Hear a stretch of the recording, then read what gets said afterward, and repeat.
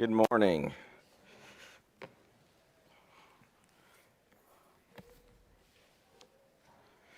Well, we're going to hit the ground running. I was telling somebody just a moment ago, I don't know if I did it again where I got confused thinking in terms of end of the year, end of the quarter, but there's so much left to cover today. Somebody said, I've actually had a couple of people say to me, I hope you're not going to end the class today. It is the end of the quarter. I know there'll probably be some who would come back in here from Chris's class, which also ends today. There will be some who will probably leave this class to go and teach other classes or whatever. I will say this, I'm going to give you the brass tacks Reader's Digest today so that no matter what, you at least have an overview of the rest of what we need to cover. But I'll say this, I don't know, I guess I need to hear from y'all because I am willing to do that. I want to do what the class wants to do. So I'll just put it like that. So if y'all want, there's certainly plenty of material to continue on. It wouldn't go an entire quarter, I don't think. Probably could if we wanted to, but we won't. But we could add a few more weeks and get. We're kind of as somebody said to me this morning, said this is kind of some of the best of the material, leading us up to where we need to be, to open the New Testament. So that's. I'll just say that y'all. I'm gonna depend on y'all to let me know. Hey, Chad, I'm bored to tears. I can't take any more. Move on. Or I'm really, really enjoying this. Let's expand a little bit further. But like I said, for the sake of those who may not be in here next quarter, if we should happen to do that, I will cover a very, very quick rundown of what we need to do, what we need to cover to get done today. N.B. Hardeman used to say that that you ought to be able to write down what you believe on any subject on a postcard and still have room to ask about the wife and kids.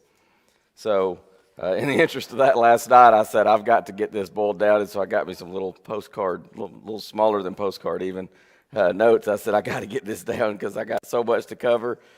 So again, bear in mind we have the intertestamental chronology. I handed those out earlier. I still have several of those if you need them. We're picking up. We got up to middle part of that chronology. 175, 163 BC. Antiochus IV Epiphanes rules Syria, where Judaism was outlawed, and that takes us to. I've got the wrong file open here. I've got my files so that if I needed to expand, I can, but it's going to be a lot of overview type. Again, please let me hear from you as far as what you want to do for next quarter, because I've got to study, but it's not like it's one of the great things about the auditorium class is that we don't have to be rigidly on that quarter system. I know that some of the people change, but let me know what you want to do. So when Antiochus IV Epiphanes, he's outlawed Judaism. He's the one, he even goes so far as to sacrifice sow on the altar. He says you cannot circumcise your children, and if you do that, you're under penalty of death. He's looking for copies of Hebrew Scripture. He's going to burn them. All kinds of things. Hellenism is not just a way of life. Now it's going to be enforced on them by the government.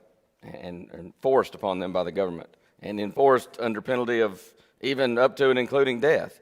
So that, there was this undergirding drive for Hellenism, the Greek way of life. Alexander was the apostle of Hellenism. You had Jews that they wanted to embrace that, and they were no doubt happy to see Antiochus come and say, look, we're going to be Hellenistic. They may not have wanted to go quite as far as he did, But they wanted to see this. They wanted Hellenism to come in. They wanted to get rid of these old folks are stuck in their ways, and it's out with the old and in with the new. But what happened with Antiochus going to the lengths that he did with it was he awoke something that I think surprised him and probably even the Jews themselves. Because what happens is there's a situation where you can, and I didn't have time to put this together and trying to boil all this down as much as I could for today. But you may want to get you a little piece of paper or even in your mind's eye, if nothing else, and write at the top the name Mattathias. Mattathias. He is the kind of beginning of this Maccabean era, this Hasmonean or Hasmonean dynasty. But what happens is the emissaries of Antiochus, they set up a pagan altar at a place called Modin, and the Jews were asked to come forward and sacrifice at the altar to show some loyalty to the government. And there was this aged priest of the village who was asked to come forward first. Set a good example for everybody. Play nice. Sets a good example and shows everybody we're embracing the new order. So come on and offer a sacrifice. Well, it's a pagan altar. Mattathias was not about to do that. That was the priest's name, this elderly priest. Not going to do it. Well, things are getting tense. What's going to happen? So a younger man steps forward, and he says, I'll do it. I volunteer as tribute, right? If you ever seen the Hunger Games, he kind of volunteers to fall on the sword there. And Mattathias, he just loses it. And he comes and he kills the emissary who's in charge there on behalf of Antiochus. And he kills the apostate Jew who said, I'll step forward and do this. And of course, immediately thereafter, he gets out of Dodge because, this is not going to go over very well with Antiochus. So he flees to the hills. He and his sons, he had 5 sons, and that's why I say you can put his name kind of at the top, because then there's going to be branching off these 5 sons, and they're going to be the Maccabees, the Hasmonean Dynasty. I've heard that both ways. I don't know, Hasmonean Dynasty, but if you hear me say it either way, that's who we're talking about, is these descendants of Mattathias. So, one of the things that you want to remember about Mattathias is that he kind of started this thing because he's so furious that they would erect a pagan altar, they would ask Jews to sacrifice, and that even this young Jew would come forward and go, well, okay, I'll do it. And so he kills both of them, flees with his sons, and they begin kind of a guerrilla warfare campaign, just picking off people for Syrians, soldiers and such, whenever they can. At one point, they're going to be attacked. Can you guess when they're going to be attacked? On the Sabbath. And so Mattathias is the one who finally says, maybe it wouldn't be a bad thing if we defended ourselves on the Sabbath. I mean, we're not working. It's just self-defense. And so I don't think that's a violation of the law. So he finally establishes this, and they all go, okay, yeah, I think that makes sense. So this kind of changes things. The enemies of Judah or Judea, they always had that going for them. Well, if all else fails, attack them on the Sabbath, because they're just going to sit there and do nothing. Well, now Mattathias says, well, we can defend ourselves on the Sabbath, and they all bought into that. So that kind of changes things. Then, he was elderly when that happened, so he didn't last very long. I don't know if I'd call him a ruler, because at this point they're just it's just basically their family, although people are gathering to them, especially people who don't like this Hellenistic way of life. They're traditionalists. And you may remember the term Hasidim, the pious, the separated ones. That's kind of the beginnings of the Pharisees. Those people, they hated the whole idea of Hellenism. But even some people who were okay with Hellenism, they're like, you're forcing it upon us. They still wanted to be Israelites in that sense. But, Antiochus wants no semblance of Judaism. He wants it all to be Hellenistic and paganistic. So Mattathias, before long, he dies, and he recommended that they select his son Judas to take his place as kind of the leader of this movement. Judas is sometimes called Judas Maccabees, which I'm told translates to roughly to something like the hammer. And so he's called Judas the Hammer sometimes. Judas Maccabee, Judas Maccabees, Judas the Hammer. Those are all the same person. So if you got that Mattathias at the top, one of your branches coming off for his son would be Judas. And that's who he selected, recommended take his place. Of course, the people were on board with that. Antiochus really underestimated Judas the Hammer. And he also earned that name, that he kind of lived up to that nickname because he was, the subsequent victories showed that he was a good choice by Mattathias to take his place. Antiochus sort of underestimates him. Oh, he got a upstart, Johnny-come-lately, wants to cause some problems in Judea, send a few troops, man, he wipes them out. Send a few more, he gets them too. And he's even a fairly large detachment. Surprise attack, boom.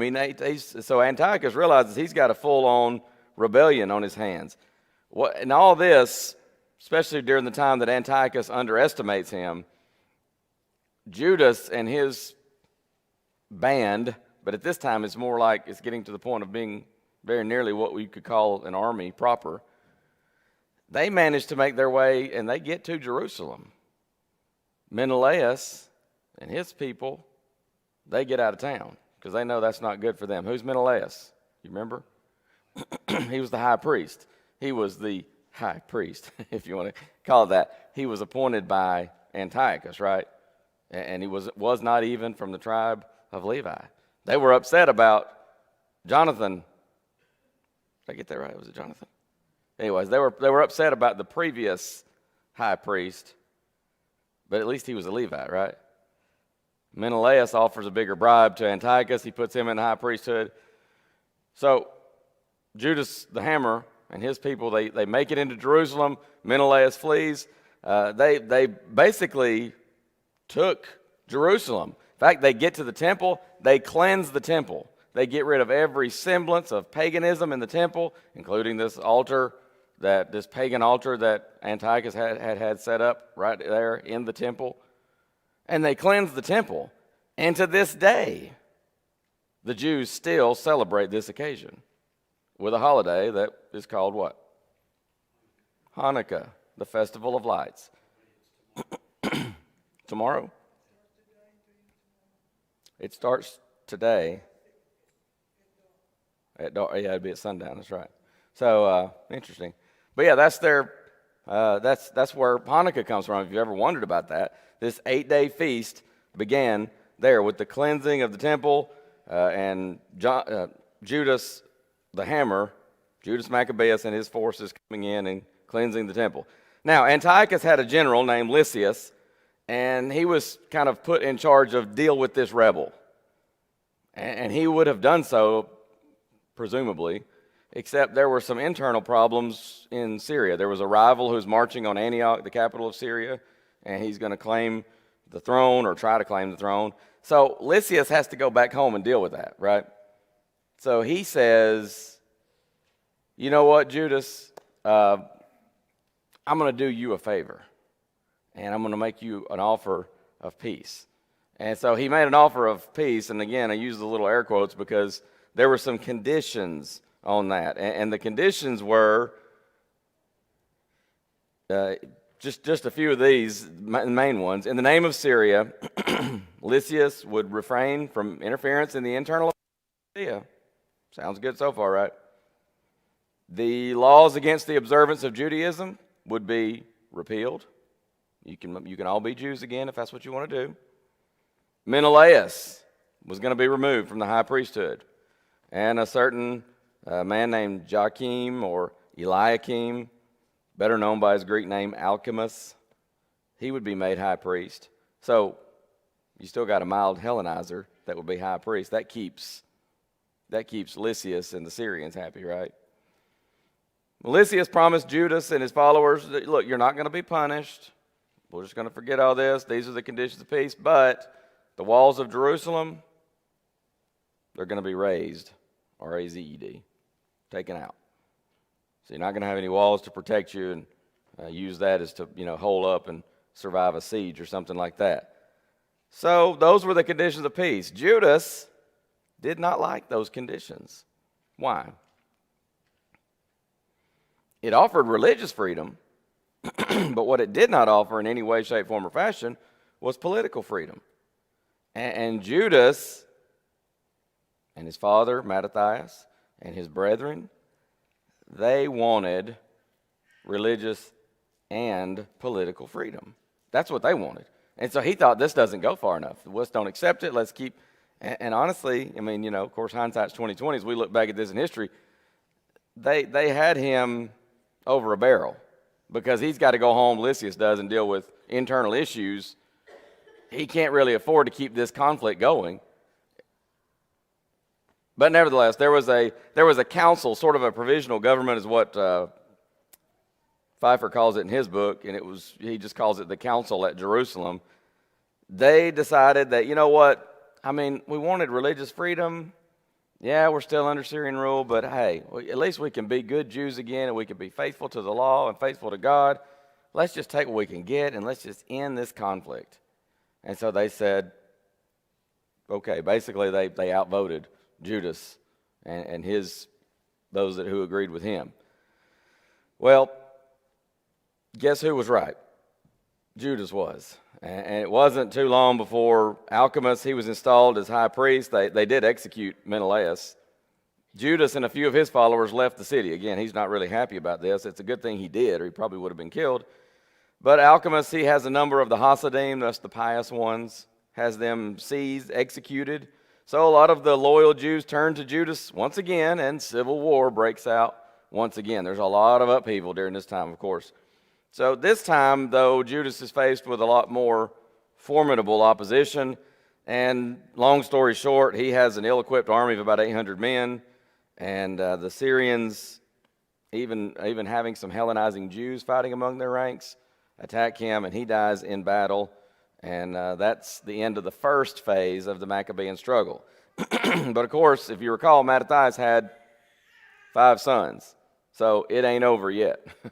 Mattathias, of course, basically appointed Judas. So he's killed in action. That ends the first phase. There was another son, Johanan. He died in battle. He never really comes into play as far as one of the rulers or anything. But Jonathan comes along next after Judas the Hammer is killed. Jonathan has an interesting situation because there's a claimant to the throne of Syria. He's a usurper, a pretender. And so there's the rightful king, and then there's this claimant to the throne. And Jonathan basically, he plays both sides. And he kind of goes, right up to, but falls short of supporting the rightful Syrian king. But he also over here goes right up to, but falls just a little short of supporting the pretender. And he made a treaty with none other than Rome. Rome declares itself the friend of Judea. That was pretty much in name only. They didn't really do anything for them. But this fellow was pretty sharp. He was more of, Judas is the hammer. And a hammer is, when you talk about getting things done with a hammer, you're pounding, right? And that was Judas the Hammer. Jonathan, though, was more Jonathan the politician. Now, that's my nickname for him. That's not what he's known as in history or anything, but that's kind of what, before this thing is over, Jonathan is the high priest. He's the governor of Judah, and he was a member of Syrian nobility. So that's kind of how smooth he was. It was just pretty amazing. And there's a lot more there. If we had more time, we could talk about. But anyways, Jonathan ends up dying at the hands of a Syrian general. So in steps another son of Mattathias. So if you got your picture there, you got Mattathias, Judas, Jonathan, now Simon, another brother. He was older when he assumed, I don't know if you want to call it office, leadership of the rebellion. He kind of comes into his own there when there's another dispute over the Syrian throne. There's Demetrius, who would have been the rightful king of Syria, and Simon is going to support Demetrius. Well, Demetrius, because he was supported by Simon, says to him, well, I'll tell you what, I'm going to grant you Palestine, Judea. I'm going to grant you immunity from all your taxes.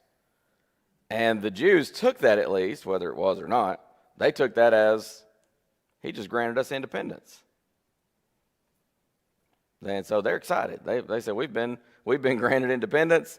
I don't know that anybody can say for sure one way or the other, but as Pfeiffer says, they took it as an acknowledgement of independence. I don't know that it was meant to be that, but so one of the things that you want to remember about Simon that really plays into our intertestamental period big picture is the question of the Maccabean priests. The legitimacy of the Maccabean priesthood was settled during the time of Simon's leadership of this rebellion, because they're not Levites, they're not descendants of Aaron. So what's going on? I believe they may have been Levites, but I mean they're not direct descendants of Aaron. Is what I'm trying to say. So the Hasidic party, Hasidim, remember, pious ones. That's the precursor for the Pharisees. They recognize the line of Onias as legitimate heirs to the Aaronic priesthood. We talked about that a couple classes ago, the line of Onias and the conflict with the other family. But here's the thing. Onias' family, during the whole Maccabean conflict, they went to Egypt. We would presume to Alexandria, because that's where the largest settlement of Jews were. So the decision was they thereby forfeited any claims to the priesthood. I mean, you just left. We're in the middle of a struggle for religious independence, and you just up and left. So, you know what? You forfeited any rights to the priesthood. That's kind of what they just sort of decided. And then they said, well, Simon and his brothers and his father before him, they've been such wise rulers. And so in recognition of that, they just named Simon leader and high priest forever until there should arise a faithful prophet. That's from the book of 2 Maccabees, one of the, we call it apocalyptic books. Not apocalyptic. Apocryphal. Thank you. I was stuck on apocalyptic. Apocryphal books. Apocryphal meaning hidden, right? Or it's the idea that they're not inspired literature. By the way, some editions of Scripture will include them. It is valuable literature, and there's a lot of historical value in it. And if, by the way, if we do end up spending more time on this in the weeks to come, we'll take a look at some apocryphal literature, and again, depending on feedback, we could even look at that a little more in depth and kind of get an overview of each book of the Apocrypha. Because if you get what a lot of times we'll call it just a Catholic Bible, the Apocrypha will be included in there, and it's included as Scripture. And my understanding, Bob, you come from a Catholic background, right? A long time ago, I understand that. But it's regarded as inspired Scripture, right? That's what I was thinking. So there are a lot of problems with the Apocrypha that it make it pretty clear it's not.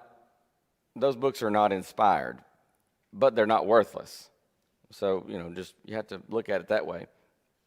But the issue is when they include them in Scripture and don't make any kind of distinction. So they named Simon high priest forever until the faithful prophet should arise. And this, as Pfeiffer says, this act legitimized a new dynasty which is known as the Hasmoneans or Hasmoneans. The name is thought to be derived from a Maccabean ancestor named Asmoneus, or in Hebrew, Hashmon. Hashmon, I don't know. I'm not good at pronouncing Hebrew.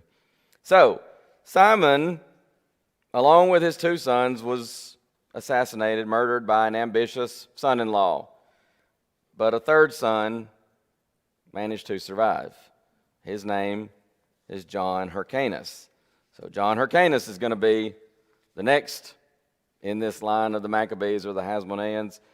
So, you got your Mattathias at the top, Simon, Jonathan, Judas the Hammer. And then from Simon, you can draw a line down, and his son is John Hyrcanus. So he's the next fella. This is where things start to change, because the generation of those fighting for religious freedom is dying out. The new generation, they're kind of, as it always goes, you eventually get a generation, and they sort of start to, if they're not careful and if they're not constantly reminded, they start to take it for granted.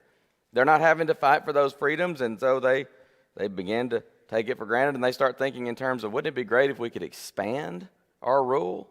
It's no longer, man, they would have, just a few years previous, they're like, we just be thankful to have some religious freedom. Now they start thinking, what if we could just get more territory, more money, more, stuff. So Syria has to respect Judea now. They can't just, this is nothing.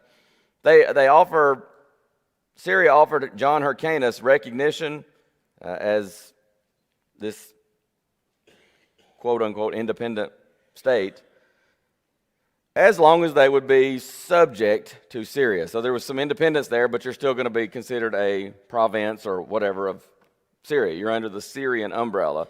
And when there's a military problem, you're going to come and help us out with troops and fighting and all that. Hyrcanus had to give up the coastal cities. He kept Jaffa as a coastal port, a port city.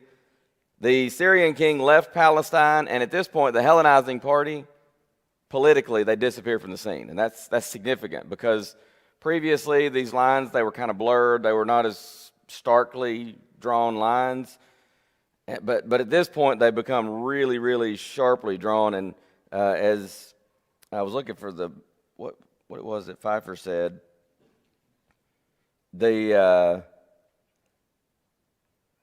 anyway, the lines become very, very stark at this point.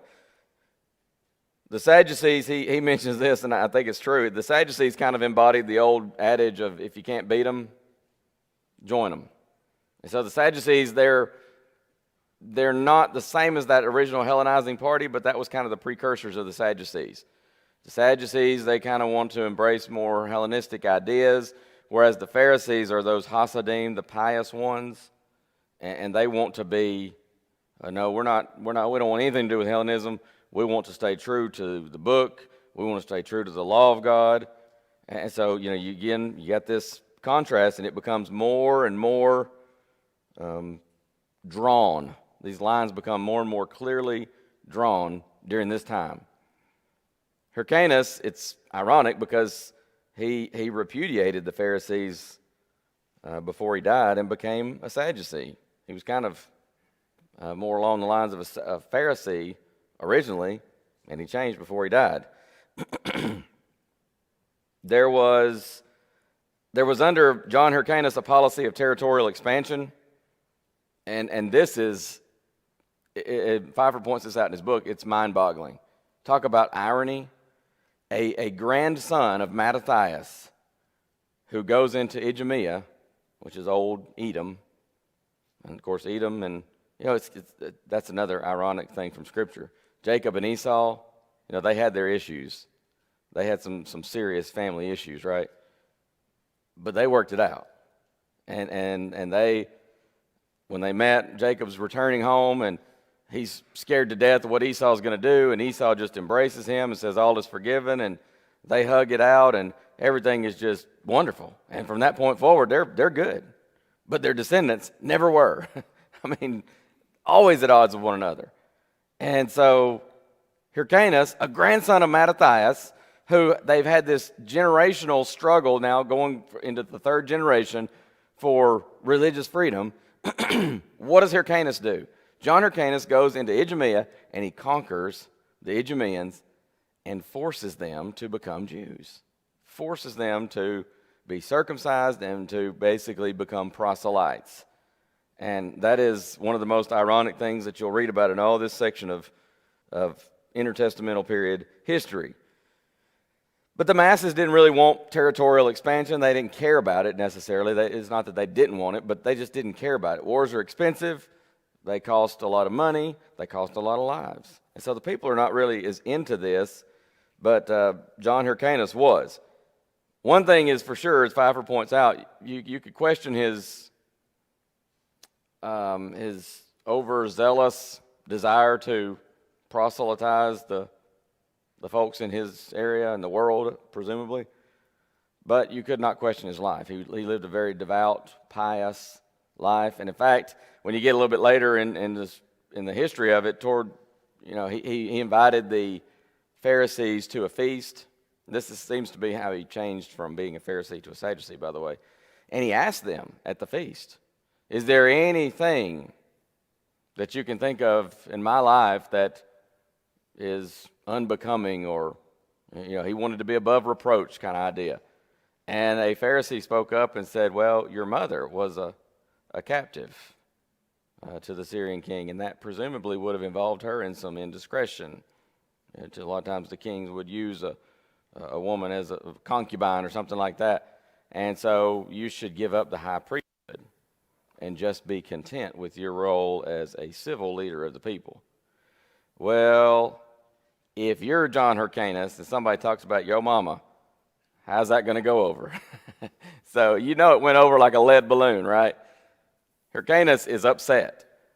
And honestly, the Pharisees were upset. They're kind of like, he said what? Like, he ain't one of us.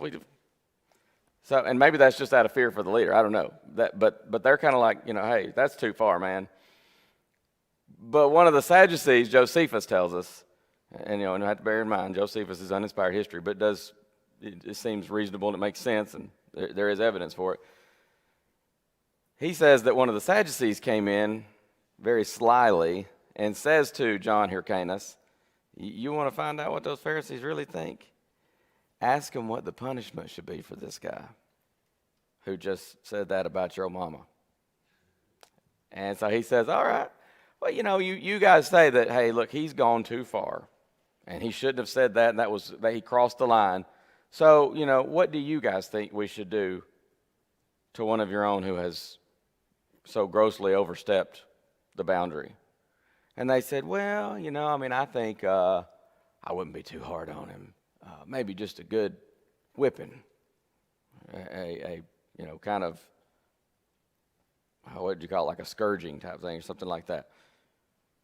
Well, to John Hyrcanus, because they said that instead of the death penalty, that in his mind at least says they're against me. And so he repudiates the Pharisees and basically espouses Sadducee ideology. Interesting how, especially when you study this time period, how people flip-flop back and forth, and the strange, bizarre, illogical allies that some people will make with others, alliances with others, when it involves war or something that they wanted. Just crazy.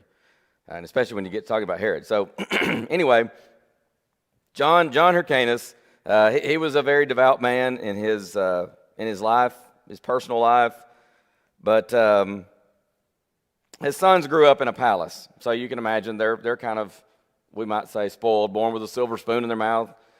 They were aristocrats. They didn't care for Phariseeism. And of course, later in his life, he renounced Phariseeism, and that probably came into play as well. His son Aristobulus takes over. There was a struggle among the children of Hyrcanus, and the eldest emerged, and that was Aristobulus. He continued this policy of territorial expansion. Aristobulus was basically a tyrant. He imprisoned his rival brothers. One of them was starved to death in the prison. The others just languished away there in prison.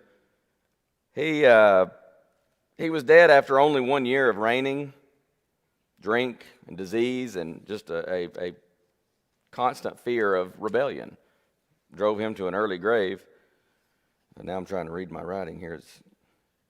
Sometimes I'm scribbling quickly. Then you have Alexander Jannaeus. His Hebrew name was Jonathan, but he preferred to go by his like his brother, Aristobulus, he preferred to go by his Greek name. So that tells you something about him right there, right? He's more of a Hellenistic mindset. I don't want that Aristobulus, what was his Hebrew name? Judah. They didn't want to go by that Hebrew name. You call me Aristobulus. That's my Greek name. So, again, they grew up in a palace, aristocrats, and they're not as much for the pious Hasidim type thinking. They're kind of, we're going to get with the times, out with the old, in with the new. So Alexander Jannaeus, same thing. You have more territorial expansion. Most of those territories were quickly Judaized, but the Samaritans existed, and so into the time of Jesus, you got these Samaritans that are kind of separate and apart from, they didn't just incorporate Judaism, and so that's why you see such a marked difference there. It was in the time of Alexander Jannaeus, this is the quote I was looking for, or the note I was looking for earlier. It's during his time. During the time of John Hyrcanus, the lines become more marked between Pharisee ideology, Sadducee ideology, but it's in the time of Alexander Jannaeus that the rift, it kind of reached its climax, and you see that continue even down really to the time of Jesus. The only thing the Pharisees and Sadducees much had in common by the time of Jesus is what? They don't like him. That's about it. And again, you strange allies. When you don't like somebody, the enemy of my enemy is my friend, is the old saying. And so they hate each other, but they'll get together to help get Jesus crucified by the Romans. So Alexander Jannaeus, this rift between those Pharisees and Sadducees gets very, very huge at that time. There was kind of a debacle at a particular Feast of Tabernacles. This is one of the things that, if I can find it, I think I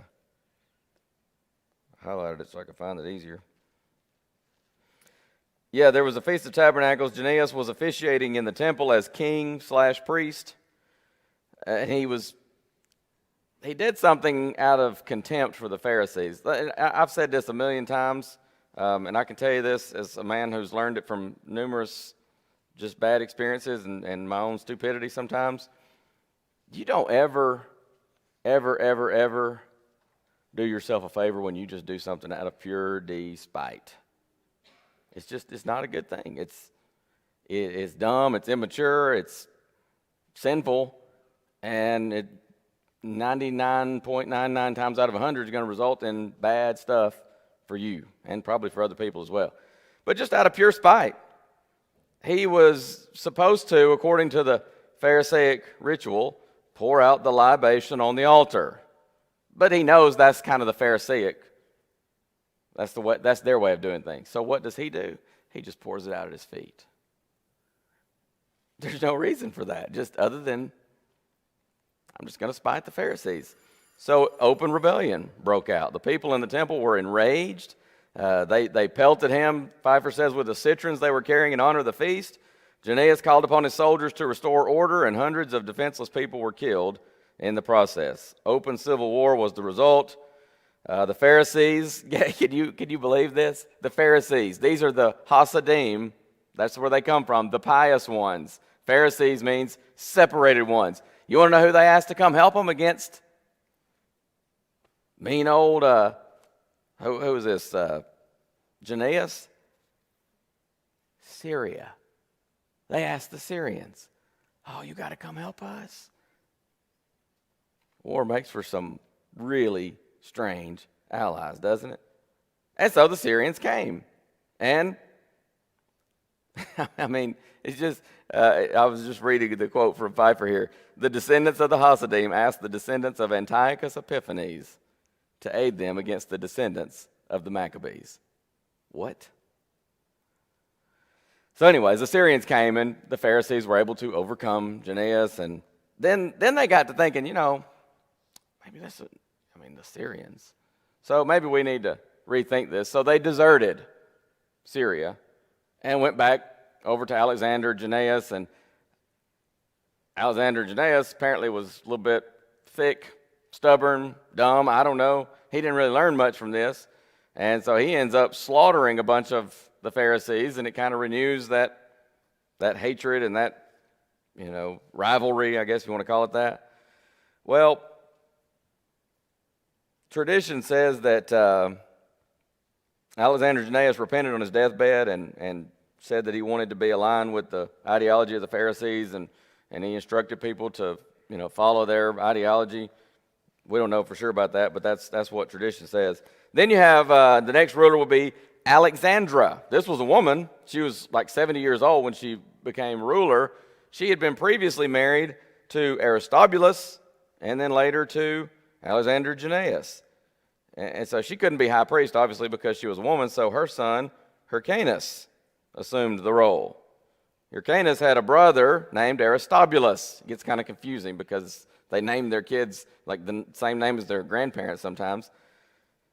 So Aristobulus assumed the military command. Alexandra's brother Simon ben Shitah, was the leader of the Pharisees. And so she's going to try to make some peace between the Sadducees and Pharisees because, she's kind of more in line with Sadducees, but here's her brother over here, and he's the leader of the Pharisees.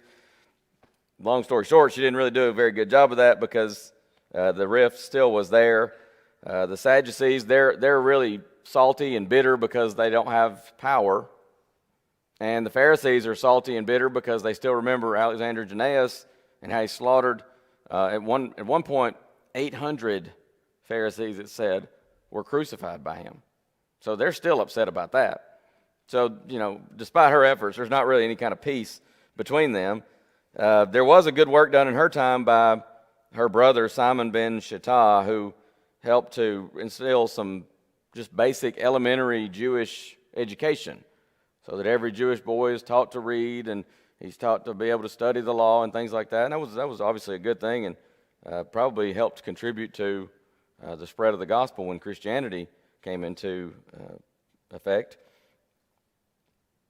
But the Sadducees, they supported Aristobulus, Alexandra's son, the military one, because he was a military man. The Sadducees have dreams of glory and conquest and money. And so they support Aristobulus because he gives the best chance for that. The Pharisees were congenial with Hyrcanus. So guess what? That means trouble's a brewing, right? There's a showdown coming. When Alexandra dies, which wasn't long, because again, she was 70 just by the time she took the throne, and the life expectancy was not very long at that time. Hyrcanus II, Hyrcanus, her son, he claims the throne as Hyrcanus II. This was her older son, and he claims the throne and sets himself up as Hyrcanus II. Aristobulus immediately, along with the Pharisees, comes after him. He's going to attack him.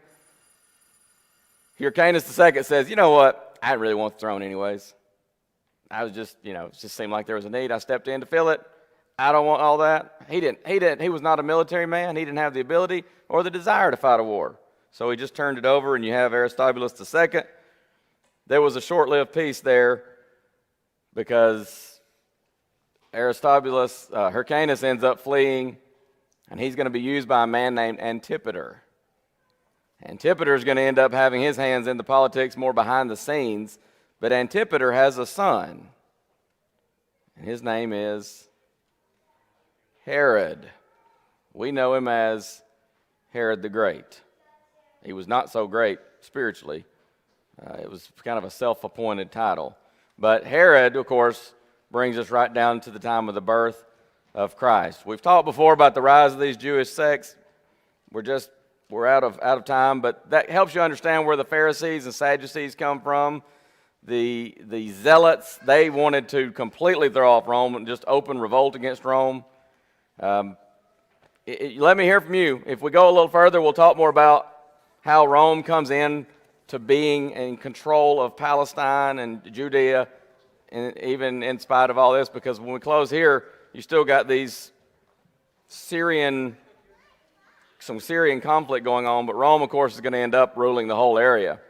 We'll talk more about that if we do that, but I want to hear from y'all because I want to do what the class wants to do. If not, we'll move on into something else, but that gets us up to the time of the New Testament, at least, so you understand sort of how things came to be as they are at the opening of the New Testament. Thank you very much. Too much.